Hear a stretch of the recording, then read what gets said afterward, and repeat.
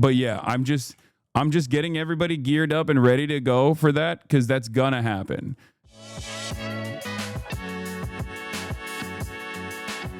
Folks, we are live.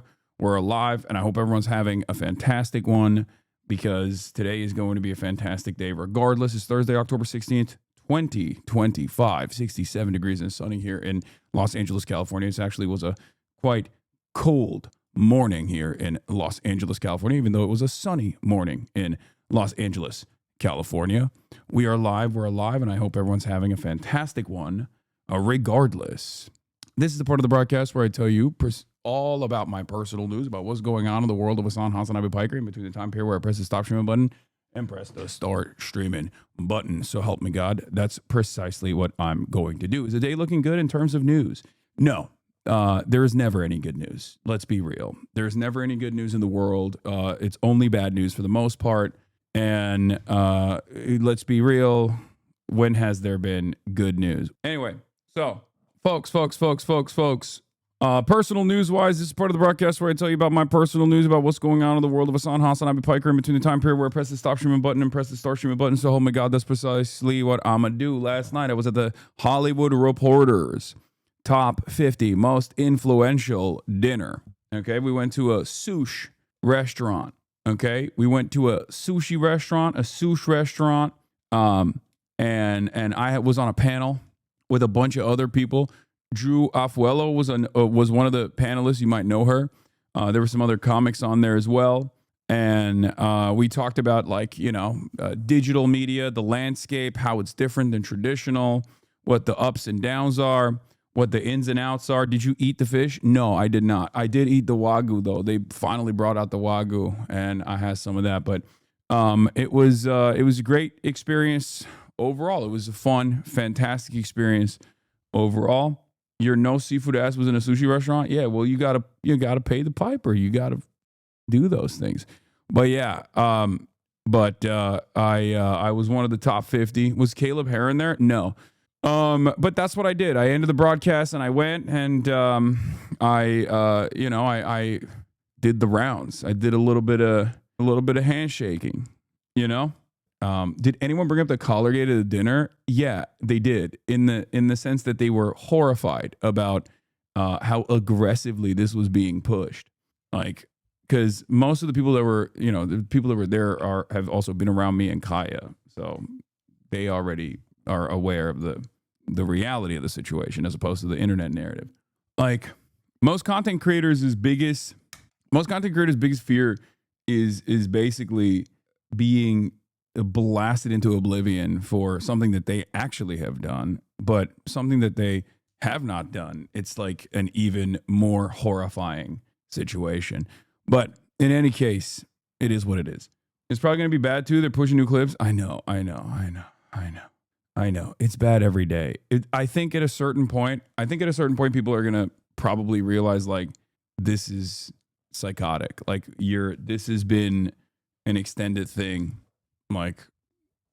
What the I'm a new viewer because of it. Nice. If you stop talking about it, maybe chatters, that's pretty crazy. If you think that it's my not talking about it is going to be you are now a lolcow. Okay, sure. Anyway, in any case, where were we? Oh, sorry, it's true. The person who's saying that literally has this 21-month subscriber, has this as their PFP. Drag it like the low taper fade meme. That's what I'm going to do. I need to do at least for the fans, for Kaya fans, rejoice.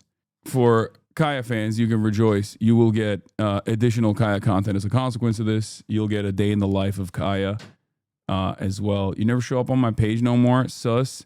Yes, still a watcher. Sorry, true. Okay, well, no one roasts you like your fans? Nah, it's not. My fans are often my biggest ops. Most of the shit that used to be memes in this community have then led to unironic. Zoran Canvasser here, you got brought up after we finished door knocking at H8. Someone said you were low-key canceled. Myself and another HasanAbi head were like, nah, we let the group know how much you love Kaya. Listen. I don't know what else to say about this stuff. I don't know. It's just, please, like, I need to do my job. Okay. There are a lot of adults in here, and there are a lot of young people in here as well that want to hear about the news. Okay. They want to hear about what's going on. Defending your favorite streamers, not advocacy or organizing. Please refocus, chatters. It's just, it's utterly irrelevant in the grand scheme of things. I know it sounds like it's the most consequential thing that's ever happened in the history of mankind, and people are really dragging it over and over again. But please, for the love of God, like, it's gonna be all right. Okay, you know the truth. It doesn't matter. Like, what do you want me to do? At this stage, we have entered a new era on the internet. I've been an active watcher now, and I'm honestly disgusted. I've honestly been watching you for a while, and you kind of disappointed me. What do you mean? I got to stop reading this stuff. Anyway, people like to be a part of something larger. People like to be a part of a larger movement, okay? People like to be a part of a larger movement, and very clearly this is like a big thing that all the normies have gotten on board with. It is what it is. There's nothing I can do about it. There's not really anything I can do about it other than just keep doing what I'm doing. And hopefully people will realize that there's no accuracy or veracity to the claims being made. Anyway, so where was I? Oh, personal news wise, isn't TwitchCon taking place now? Yes, but I'm obviously not going to TwitchCon as I talked about already. Are you doing TwitchCon next year? That's too soon to tell, don't you think? In any case, you're going to miss Gavin Newscomb at TwitchCon? I know, he's too busy doing TwitchCon to come on the pod. Yeah, there's a lot to cover. But as far as personal news goes, I went out and I socialized last night. with a bunch of other content creators, with a bunch of like media people. And then after that, I came back home, passed out, woke up. Instead of actually working out this week, this is my second non-workout morning. Instead of working out, I had to touch grass and touch trees and take photos. There's another profile coming out that was set up a long time ago. So yeah, I had to do a photo shoot for that.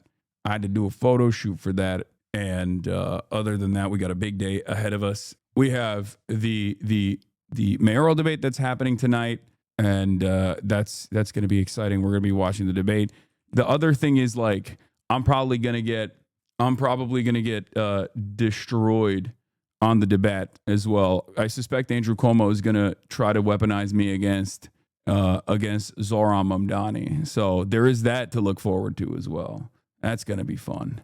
But yeah, I'm just getting everybody geared up and ready to go for that, because that's gonna happen. And I think the crazies will then use that to be like, Hasan is finished now. Andrew Cuomo called him out, while simultaneously being like, Andrew Cuomo sucks, but I guess they like him now. You know what I mean?